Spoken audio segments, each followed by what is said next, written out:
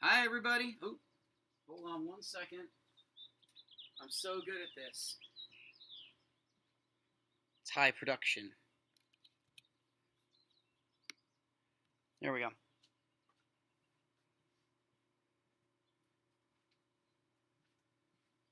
Ooh, it's pizza night. How's everybody doing tonight? Cheers.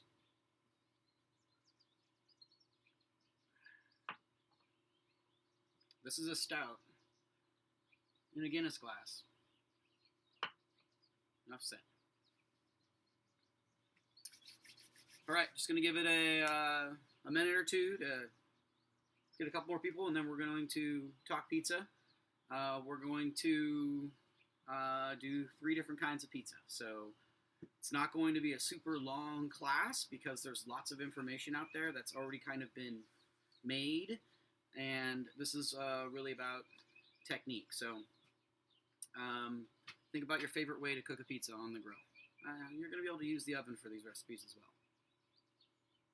Do you want to talk to everyone about etiquette when utilizing cast iron? Nope, I don't. Are you sure? Yeah, I'm good, thank you. Just make sure that the cast iron that is not for the grill is used on the grill. Just don't use your wife's cast iron on the grill if she doesn't want it on the grill. Sorry, honey. You getting flustered, Chef? It got mixed up. They both are cast iron skillets. It's my apologies. There's no way around it. It happens. Mistakes happen, but I'm sure I will have the opportunity to make it up to you during our contiguous time together.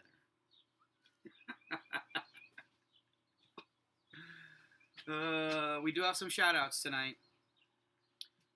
The list, I didn't intend for like the whole shout out list to get long, but kind of a lot of cool things have happened this week.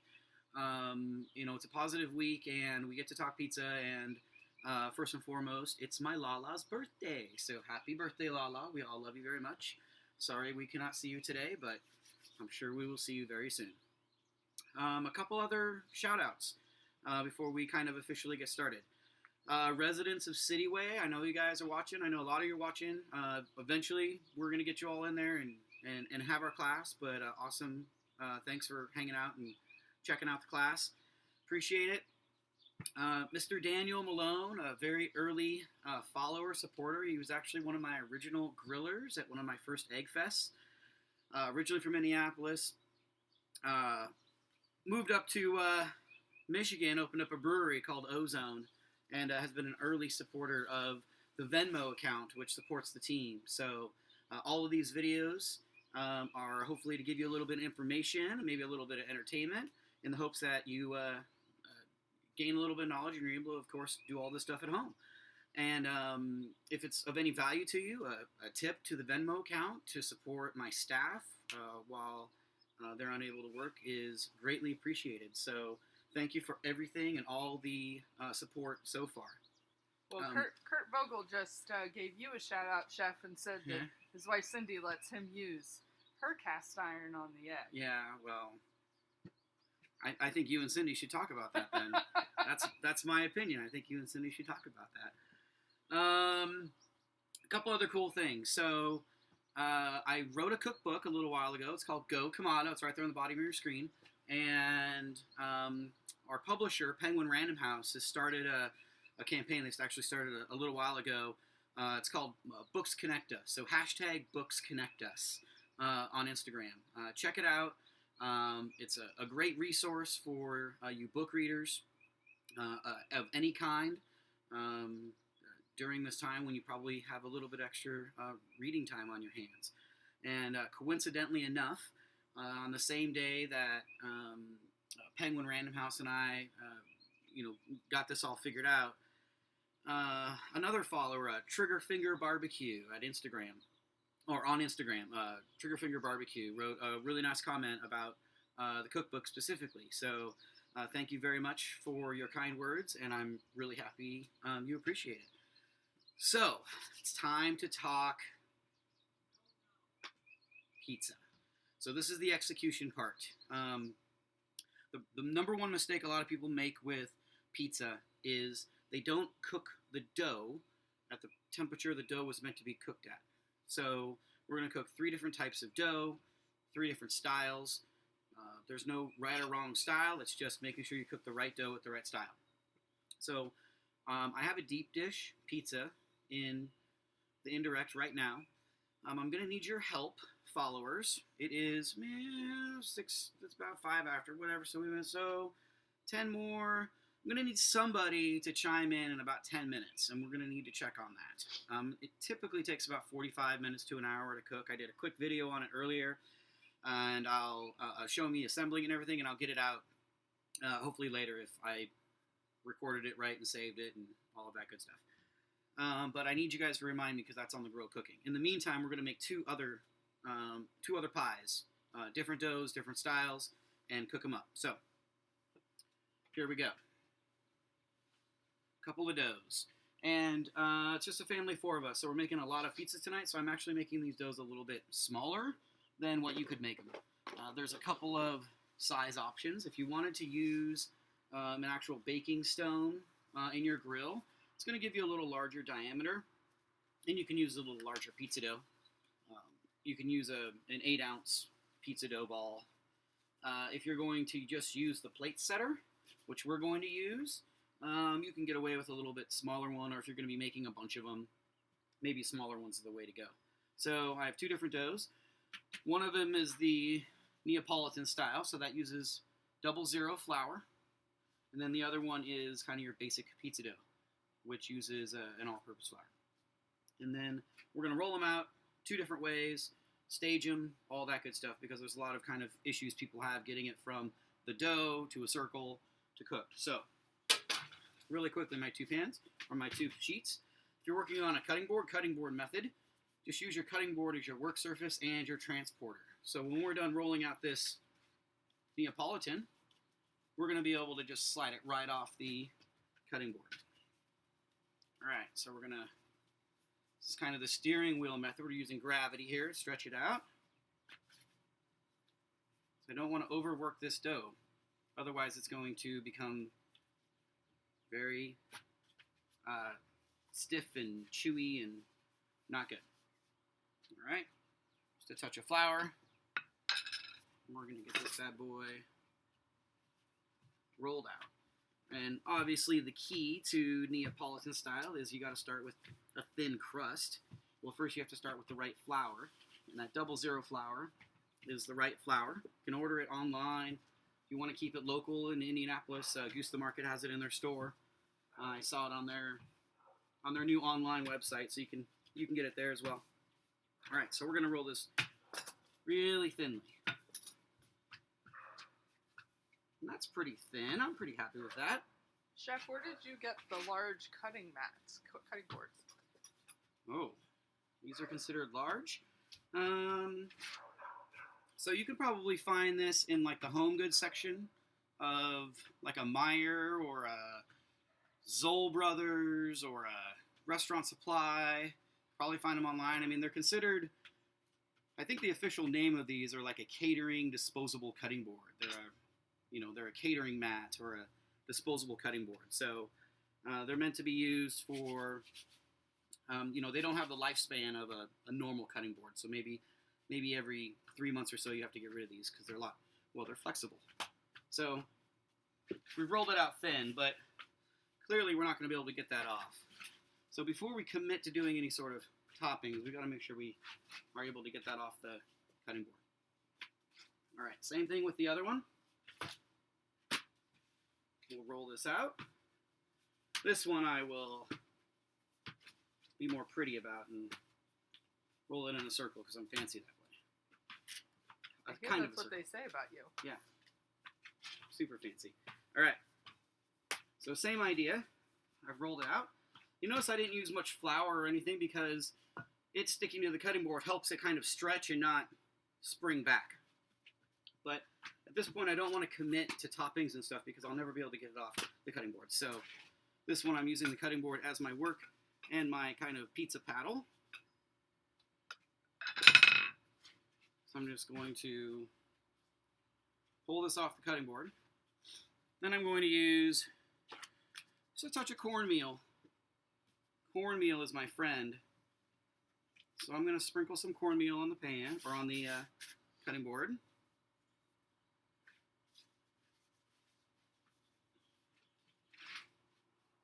And then I'm just going to give it a little, there we go. So as I move this, it just kind of slides on that cornmeal. And that's what I'm going for. I feel like you could have a little dance. A little cornmeal dance? A little shimmy? Yeah. I'm not a very good dancer, though, so that would be Well, an issue. You should give me music so I can't find the rhythm or the beat. Right. Yep. I think we need somebody younger manning your technology if you want that to happen. That would be bad. And then we're going to use, if you happen to have a hard pizza pan, and you don't have a cutting board or a pizza paddle, pizza pan or pizza paddle would be this with a stick on the end of it. So what you'd want to do is put your cornmeal on your pan, and then we'll just pull it off that surface and put it right on the pan. And then I'll just kind of give it a last stretch to match up here. And then again, I'm just going to give it that slide method. You see, I'm not getting quite as much love here. Just a touch under this front here. All right, there we go. There we go. All right, so now I have 2 pies. They're rolled out. I have 2 different tools, and they're ready to go. So now I know they're going to slide off their individual tools. It's time to build a couple different pies. So this first one, Napoli style, toppings on a pizza. Here's kind of your, few rules. The first one's funny, but it's real. Trust me. All of this information comes from people asking me questions and then me having to come up with answers for them. So real life. Everything you put on your pizza before you cook it already needs to be cooked. So if you like roasted peppers, you can't put a raw pepper on there and think it's going to roast when your pizza cooks. Or, I don't know, if you like chicken, you can't put raw chicken on there. Really happened. I promise this happened. You can't put raw chicken on there and then put your pizza on there and think that chicken is going to cook in the same time the pizza is going to cook. So all your toppings need to be cooked to your desiredness before they become a topping. So, other rule, don't get greedy with your toppings. If you have too many toppings, your dough will burn before all the toppings kind of cook and meld and heat up and everything is copacetic. So, don't get greedy with your toppings, especially with the Neapolitan style, because this is meant to be kind of cooked hot and fast, and it's not meant to be loaded down with a whole bunch of heavy ingredients. So, building this one really quickly. This is a little bit of arugula pesto, and that's just a half a teaspoon or so. I'm just going to give it a really thin layer, and that's going to be our sauce for this. Just going to kind of brighten up this kind of cool different ingredients going on. Oh, thanks. Appreciate it. I could have just moved that for you. All right. A little bit of Parmesan cheese.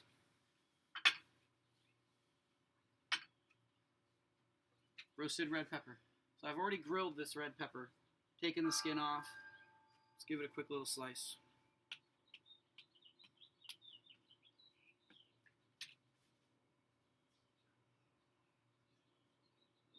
So this style of pizza, I tend to go with kind of more eclectic combinations, you could say. Sweet and sour or sweet and salty. I tend to play with some different flavors on the cheeses. So a little bit of roasted red pepper, a little bit of fresh mozzarella. Hey, you got a 2-minute warning from someone on the 10 sweet. minutes. Thank you on the 2-minute warning. Appreciate that. You get 1 million fake points. Keep track, everybody. So if you're playing with fresh mozzarella, you really want to make sure you kind of press it or wrap it in a terry cloth for a bit to pull out all that extra water. if you haven't done that with your fresh mozzarella and you try to use it as a topping, it becomes really watery and you kind of get these pools of water happening. So we're going to try to avoid that with this fresh mozzarella. And again, I'm just kind of picking it apart and putting it separately. And then just a touch of blue cheese. So we got a little bit of 1 minute. Don't get distracted. Spice going on. I'm not distracted. I'm okay. It's just a check. It's okay. It definitely won't be burnt. That's for sure. And then, since we have a little bit of that funk going on, we're going to do a little bit of honey as well. So it'll offset that kind of funk going on. Ooh, it's chilly out tonight. There it is. That's some Chris Christian honey right there. Thank you, Chris Christian. I appreciate your farming.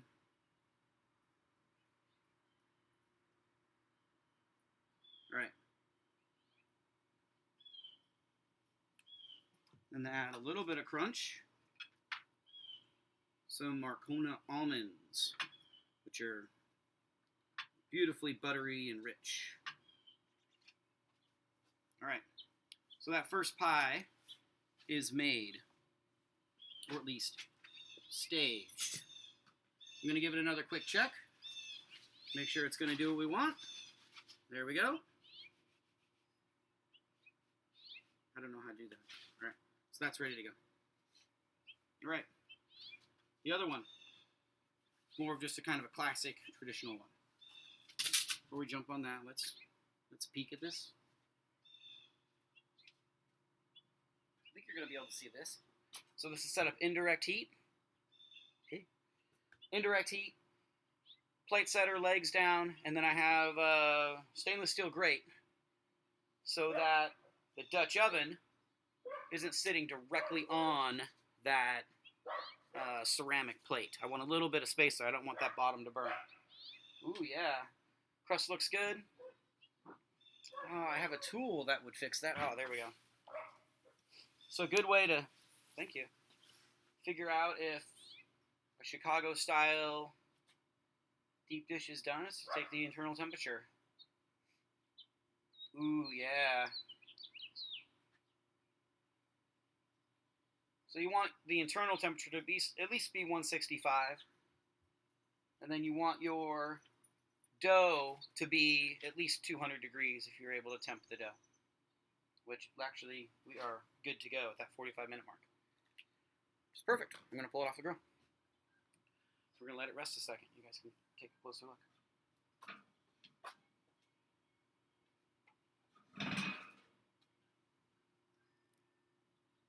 All right. It's like an awesome combination of garlic and fresh baked bread. I'm going to let this rest for a second. For a minute. I don't want to just cut right into that. Otherwise, everything inside is just going to go out everywhere. But while that's resting, I'm going to hit the top with a little bit of garlic butter.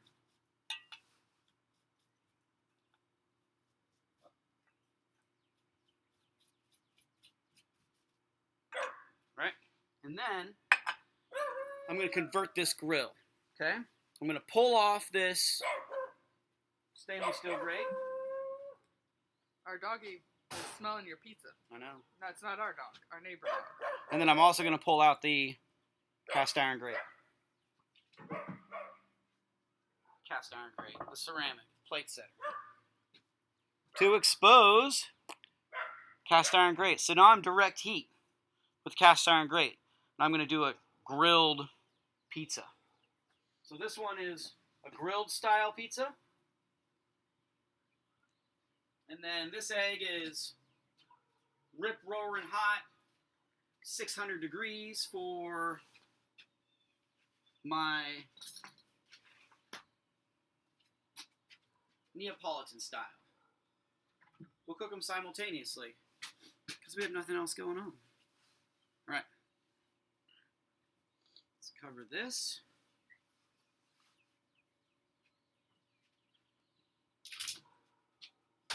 Oh, I gotta build that, huh?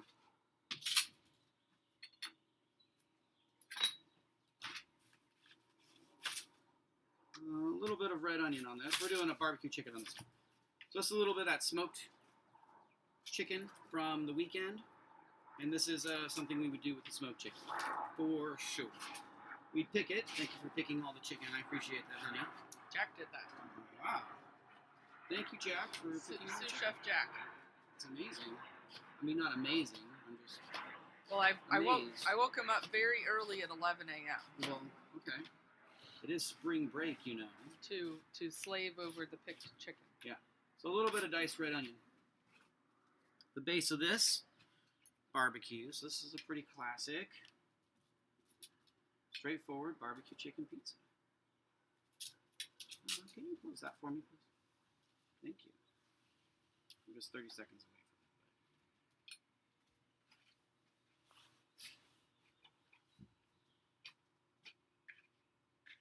But I don't need it getting extra hot.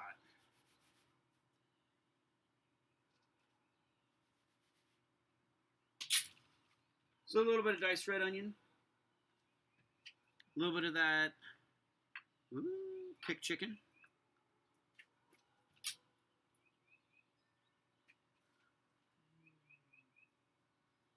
I know you're faking because I know you don't like barbecue chicken pizza. Some cheddar cheese. Actually, looks good. Thank you. Some Parmesan. You can play around the different cheeses, of course. And then sometimes we'll use feta.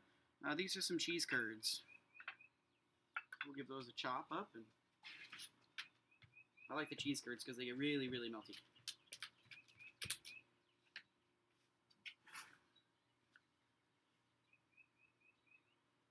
All right. All right, we're going to simultaneously. Start that over. Take two. We're going to simultaneously cook these.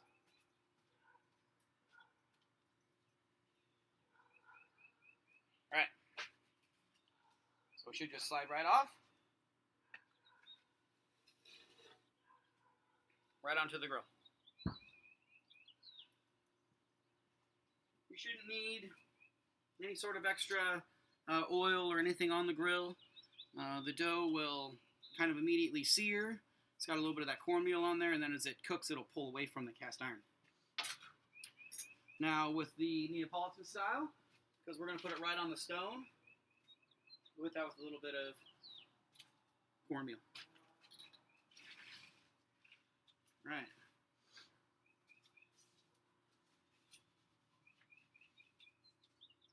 There we go.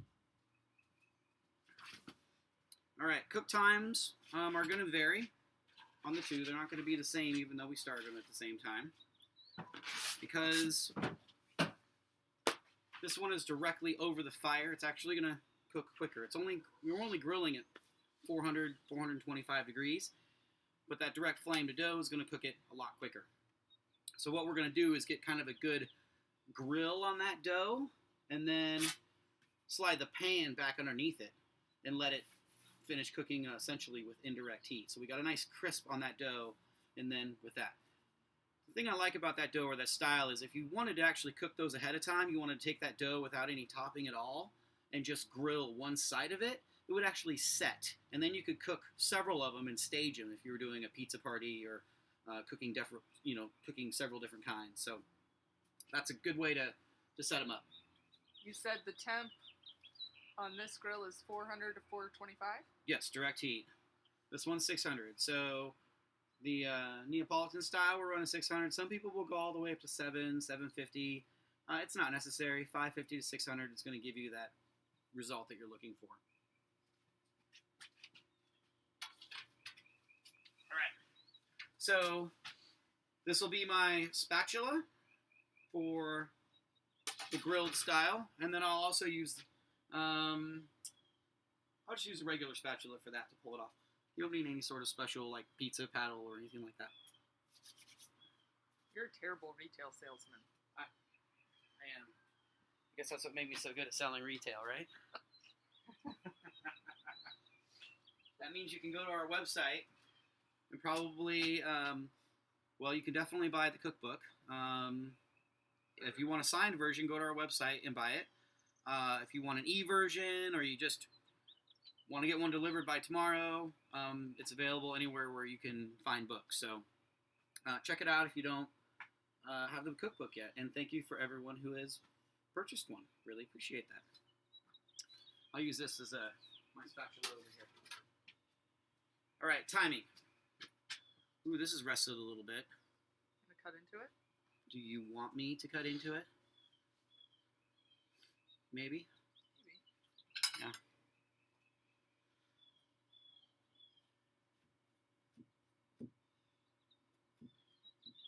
I can do that. What we've hoped for here is that the dough is fully cooked, obviously, that it isn't stuck to the cast iron, and that obviously that it's not burnt.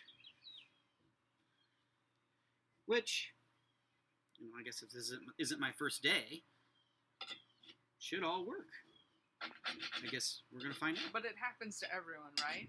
Everybody burns a pizza on the grill at some point. It can happen, especially if you're trying to cook a lot of them, because essentially the more you open up, especially Kamado style, the more you open and close it, the hotter you're making it. So your first one's pretty okay. Next one kind of cooks a little faster. Next one, like, ooh, it's cooking really, and then you're getting to the point where you are starting to burn them. So that it can especially happen that way. So you just have to be aware of that. Ooh, I think I may have. See what happens.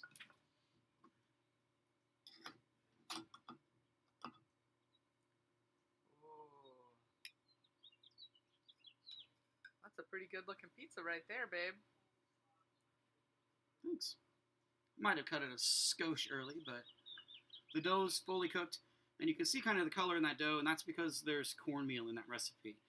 Those links, I think, are in the comments, or they're definitely on our website if they're not in the comments, but deep dish, Chicago deep dish style, has cornmeal along with flour in that recipe, so it gives it a little bit of texture, helps kind of crisp it up a little bit, and that nice, beautiful yellow color. All right, it's been just a couple minutes on this grilled one. I don't think it's done, but I think we have beautiful color on the bottom. Oh, yeah. Okay. So you can see around the edges are still pretty light, but the bottom has some beautiful grill marks. So we'll put the pan underneath and just let the top kind of finish cooking and finishing up that way. And now we'll check the Neapolitan style. Oh, yeah. So that's too far away, but I'm going to bring it close.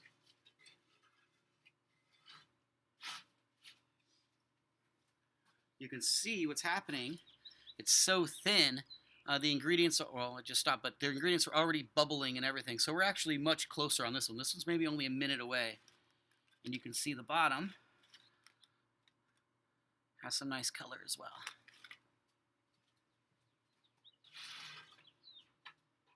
So maybe just a minute on that, maybe 2 or 3 on that, as far as the cook time. So both of them cook pretty quickly. They're both pretty easy to cook, as long as you kind of set yourself up for success as far as getting it from the cutting board or working surface onto the grill, and then have a pretty solid plan to get it from the grill off. Other than that, ingredients, toppings, flavor profiles, it's all things that you can play around with for sure. Dessert pizzas and meat pizzas and vegetable pizzas, and any of that stuff work out great. It's also fun for kids. If you're looking for a fun kid activity. Absolutely. This is very easily a hands-on thing that the kids can do. So if you don't trust them to roll out the dough, then roll out the dough and let them kind of build their pizza, or let them do it all. Ultimately, at the end of the day, it doesn't have to be a perfect circle, and the toppings don't have to look perfect, and it's just about enjoying the food and the time we get to hang out while they're still in the house. So, do you think your staff's been making pizza at home on their eggs? Does all my staff have eggs? So yeah, I would imagine they are making pizzas at this point, for sure. Ingredients are pretty simple. The pizza dough recipe is on the website. I think I even did a bread video that talks about pizza dough as well. So making pizza dough is really simple. You don't need a KitchenAid mixer. You can make it in a bowl with your hands in 3 minutes, and a little bit of patience. The Neapolitan crust is a double rise, so you can spend a day or two letting that rise and ferment and get some pretty cool flavors, but you don't have to. But if you have the time on your hands, you can make that dough and let it sit around for a couple days. So it's a good way to go. All right. Oh yeah. That guy's ready.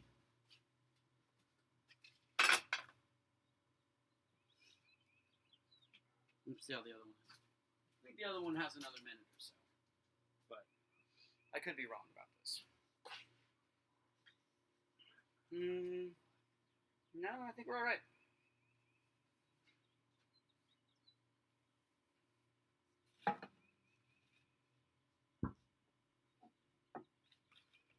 There it is. All right, guys. If you want to play around with your crust flavor, you could always brush the edges with a little bit of oil or butter and sprinkle a little cheese on it, or a little bit of Parmesan, garlic, or whatever you want. If you're looking for a specific flavor on the crust. If you wanted like a stuffed crust when you're stretching it, just take your cheese or your filling and put a little around the edge, and then just crimp it over, and you got a stuffed crust. So there's really nothing you can't really go wrong with this. If you're having trouble, getting it from your prepping surface to your work surface, and it all kind of gets mangled, and you have to fold it over, just turn it into a calzone. So, there's lots of ways to make that work. I really hope you guys enjoyed this knowledge.